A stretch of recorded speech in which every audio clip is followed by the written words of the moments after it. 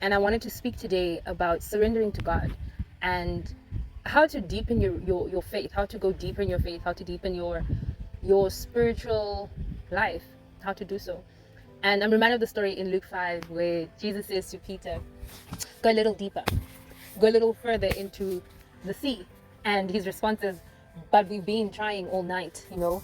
And as a fisherman, it's probably like, I think I know, when to actually do this. But what it actually speaks to is being able to trust God. What it speaks to is being able to surrender to God and to his plan and to his sovereignty, actually. And I want to touch on just a few points that it made me realize. I thought about how that's also a difficult point for me. I don't speak about it as someone who's fully mastered it. It's not easy to fully surrender. I myself, being someone who loves to have a sense of control, it can be difficult to let go, to just trust, to not have a plan B, to not want to take it up in your own strength. But I think as an encouragement, really, there are ways to actually try to allow us to deepen our faith, to allow us to learn to surrender, because it's really a habit. And indeed, even that small difference in thinking can bring about a great change in results. And it does take that one step at a time. It does take obeying and listening to that one voice, to that instruction from God, that can actually lead to a change. Because what it took was Peter's small difference in thinking of going, you know what, but if you say so, Lord, I will go further. That actually resulted in a great change of result, because they caught so much they needed help. And I think the first thing is learning to control our attitude, the way that we think, the way we understand surrendering, the way we understand submitting ourselves unto the Lord. It's not easy, but it does say that, we are renewed, we are transformed by the renewal of our mind, the way that we view something, and understanding that we can actually let go and trust God. Something I spoke about in another vlog, when I was speaking about how to stay positive, I speak about how I'm someone who doesn't worry about things out of my control. And what that actually, the beauty of that habit is that it allows you to then, it becomes easier to trust the one who is in control. So when you're able to stop worrying about things that are out of your control, you allow yourself, you position yourself to actually then trust the one who is in control. And that actually creates a sense of security for us as well in a society, in a time where things are so uncertain. So really thinking about the attitude of our heart, our minds, what we think it looks like to give our lives to God, what we think it looks like to focus on our relationship with God. I think, lockdown has presented a very interesting dynamic when it comes to devotion and time with God and working on your spiritual life, because you can either go deeper because you have more time to spend and less noise and distractions, or it's easy to hide behind the online church because no one sees if you're there. No one sees if you're doing your devotion. No one sees you in that all-night prayer, physical attendance at youth. It's all online, right? You could even attend online and be chilling watching Netflix. No one knows. So in fact, it actually requires more spiritual discipline than it did just to go and be at church and be there physically, but not maybe even there spiritually or mentally. And so being able to control our attitude is such a great trait to have. The second thing that can really help us is being able to guard our hearts. That above all else, guard your heart, because from it flows everything of life. And it's so easy because the heart is evil, it's deceitful. We should not trust our hearts. And a lot of times, everyone around us, the world will say, listen, just trust your gut, follow your heart. But in actual fact, we need to surrender our hearts to God. We need to want to have a heart that's yearning to know what the Father's plan is for us. We need to have a heart that's willing to not let certain thoughts, certain evils into our heart that actually taint, that actually hinder, that actually distract us actually from having a heart that's devoted to God, from having wholehearted devotion unto the Lord, unto our spiritual lives, unto spiritual discipline, unto growth. We should desire growth. We shouldn't desire to stay stagnant in where we are at the moment. And so that sense of saying, but I have searched, is not the heart that wants to grow. It's not the mindset, it's not a growth mindset, because growth mindset is, well, if this is another opportunity for me to get what I want, then I will do it. I will trust you a little more, God, because actually I know what I want. And so we need to be able to have that heart and guarding our heart against being like hardened to hearing the Lord, to hearing what he's saying, and to following and being obedient to him as well. And the things that can also help us is eliminating options or eliminating distractions.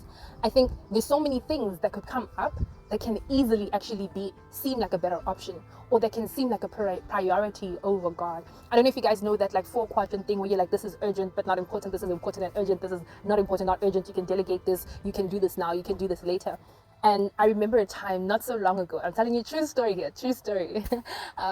Looking back, I'm just like, Lord, forgive me. I'm ashamed, but it allowed me to reflect and to look at my heart and to see the condition of my heart, actually, and to see a little bit of where I placed to God at that time. It may seem like it's not that deep, girl. It's not that deep, but it actually kind of was to me, because I remember I was spending time with God and my mom called. It was around 9:10, and I thought, Mom is calling. Okay, okay, let me answer the phone. And I pick up the phone, and she was just sharing news with me. She had actually passed her honors, and she just was saying, I sent a text on WhatsApp sharing the news, and she was just wanting to video call me. And because I was a little busy with that, I was like, oh, okay, I'm going to give back to you. I celebrated with at the time. And I felt bad because I realized, so I stopped my time with God to attend to this call, which isn't a bad thing. I mean, what if it was an emergency? Mom's calling. But to think like, okay, I mean, I don't know what I would have done from Cape Town. She's in Joburg. But I asked myself, would I do the same if it wasn't the reverse? Would I, for instance, if we're chilling together, you and I, yes, you and I, imagine that. You and I are chilling, and the Lord drops a verse in my spirit, or I'm reminded of something I was reading earlier, or a book I'm reading, a spiritual book. In that moment, would I say, you know what, actually, okay, cool, we'll talk later, I'll be back, guys, I just actually need to go read a verse? Would I be so quick to actually leave what I'm doing now to attend to the Lord speaking to me, to attend to actually realizing I've committed myself to have devotion every day at 9 o'clock? It's 10 to 9. Why am I not leaving the party? Why am I going, actually, it's okay, but I can have it later? But in that moment, I was able to answer Mom's call and pause this. And just for a second, I thought, wow, I want to be able to be at a place where I'm consistent and I'm dependable to God. And I'm obedient in the way of positioning myself to hear from God, that nothing can distract that. And so eliminating those options, eliminating the distractions, that you place the same value on the word and on God and your time with God and your intimacy with Him, that no one else, you don't allow other people into that space. That's how we begin to grow it. But we so easily distract ourselves, so easily want to draw a friend in. Now it's like, oh, I just read this verse, I want to share it with you. And now instead of digesting and sitting and reflecting and meditating on this word day and night, we're thinking of other people for it, but God has given it for us. And so that really challenged me a little bit. So I think that's one of the points to really look at. Another thing is regulating our words. If we're able to regulate the words that we say, what we speak, what we say, and we say things with grace and with poise, and we season our words with grace, and we truly trust the Lord, and that everything that we say really comes from a place of purity, that our words don't contradict our values, that doesn't contradict what we say. You trust God, but you're also just like, I don't know. I don't see how this is going to work out. That doesn't speak to faith. That doesn't speak to you wanting to actually see God do it. I'm reminded of Abraham, 25 years waiting for a son. He could have said many things. But guess what? You look at the story of Job, and his wife is like, curse God and die. And guess what he says? He says, no, I won't do that. I won't do that. He didn't allow his words to speak against what he really believed and what he was trusting for.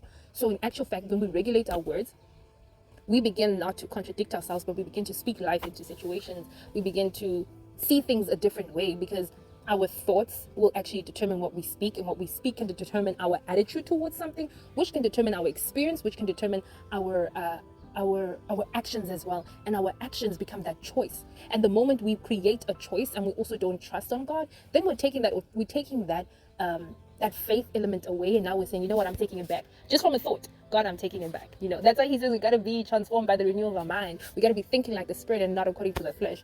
But you know what? It's okay if you're saying it's hard, because the scripture does say the Spirit is willing, but the flesh is weak. So it's a process, and we'll grow into it. But this is a peaceful space, man. This can be a place where we truly just say, you know what, God, I trust you. There's a song that I don't want to sing for a very long time. And the song is by I don't know, can you guess it? Let me just see if you can guess it. Let me see, 2 seconds. Let me know if you guessed the song before I'm about to say it, if you thought about it and you knew what I was going to say, because I'm sure there's someone else. Like, let me know if you're that one other person. Please comment below. I didn't like singing the song Oceans by Hillsong, because I was like, Spirit, lead me where my trust is without borders. Listen, I have trust issues. I don't like surrendering and not being in control. So why am I here where there's no borders? I can't swim. God, I don't know if I can trust you. I can't lean on anything. Lean not on your own understanding, but trust in the Lord always. Proverbs 3 says, now you put me here and you say there's no borders. I really do have to trust you. I got to be like Peter and to walk on the water and be like, come, and just to trust you and not allow distractions, and eliminating those options like he did before he started sinking. So I just was like, wow, actually, God, Yeah, that's a lot. The song is a lot because I'm not trying to give you ideas. I'm not trying to sing it and then you make it happen and then now I really gotta trust you. I'm not sure because I know there's power in my words. So I started beginning to regulate my words, but now I sing it because I got I'm learning to trust you. And I know that you know more than me and you know my future and you hold it in your hands. So you know what? Let's do it. Let's just take this leap of faith. Yeah. One last thing is overcoming evil with good. I think, in Genesis 6, God actually grieves because of the sin of man that then befalls upon mankind because of Adam and Eve. And it says that he was grieved because he saw that every inclination of a man's heart and thoughts were evil. And the inclination of a heart is evil. That's why I say you must guard your heart above all else because the heart is deceitful. And so when we're able to actually process that or understand actually that we're constantly fighting, is the constant fight between good and evil, we can really think about how can I overcome. Jesus says he overcame so that we can overcome. How can I overcome this evil, these thoughts? How can I overcome these temptations with good? How can I overcome it with your word? How can I turn to your word to actually encourage me, to strengthen me? Like David, it says that he encouraged himself in the Lord. How can I look towards you and not my own strength and not other people and not other people's revelation? How can I go to you and have that intimate relationship with you? How do I go back to God, Remo? Like I've literally backslidden. I've literally not really spent as much time in devotion. I'm not being consistent. But listen, it's like gym. I mean, I can't even speak about it because I don't like gym, but like it's like anything, any discipline, any form of consistency or habit we're creating, it will require a lot more going back to it when we haven't done it. But thinking about why we started off in our faith anyway, thinking about what is our hope, why do we want this, why are we trusting God, and what is the benefit and the beauty of trusting God over trusting ourselves and doing it on our own, and getting to a place where you can go, I've been doing it on my own. I can't get this. I can't get a different outcome from doing the same things. I should just trust God. I should just surrender. I need to be able to go, if it be your will, not my will, but yours be done. And so I hope that encourages someone. I hope it encourages you. I hope you can share it with someone that it can encourage, and do share below how you've really seen God work, in the last year. I know it's only been like 3 months, 4 months of the year, but in this first quarter or something, or yeah, like how you really tried to get back there. Because maybe you'll even share one of the points. Which point for you are you really working on, and are you really trusting God to help you with? And let's do it all together. I don't have all the answers. The word does, God does, Jesus does. I don't have all the answers, but I wanted to encourage someone. It's been a while since I shared the word, since I shared anything faith-based, but I'm grateful for being out here in the space because yeah, it helped me to just sit on that for some time. So I'm gonna get out the sun so I stop burning. I hope you are blessed and we'll see each other soon.